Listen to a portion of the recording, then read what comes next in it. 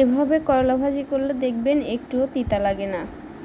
করলা কুচি করে কেটে কিছুক্ষণের জন্য লবণ দিয়ে মাখিয়ে রাখবেন 10-15 মিনিটের জন্য। তারপরে করলাটি ধুয়ে কড়াইয়ের ভিতরে তেল দিয়ে সেখানে করলাটি দিয়ে দিবেন। করলাটি হালকা ভাজা হয়ে আসলে তার মধ্যে আলু কুচি করে রাখা সুন্দর করে ধুয়ে দিয়ে দিবেন।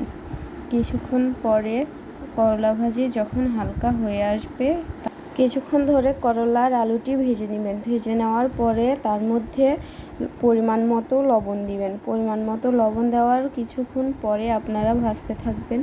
তার মধ্যে দিবেন মরিচ, পেঁয়াজ কুচি দিয়ে নাড়তে নাড়তে এটার কালার যখন পরিবর্তন হবে তখন আপনারা তার মধ্যে হলুদ দিয়ে দিবেন। হলুদ দেওয়ার পরে কিছুক্ষণ ভেজে নিলেই করলা ভাজি রেডি, কোনো প্রকার তিতা ছাড়া। এইভাবে আপনারা সবাই করলা ভাজিটি করে খেয়ে দেখবেন, অন্যরকম টেস্ট। আর এটা অনেক মুচমুচে সুস্বাদু। সবাই কমেন্টে জানাবেন কেমন হয়েছে রান্নাটি।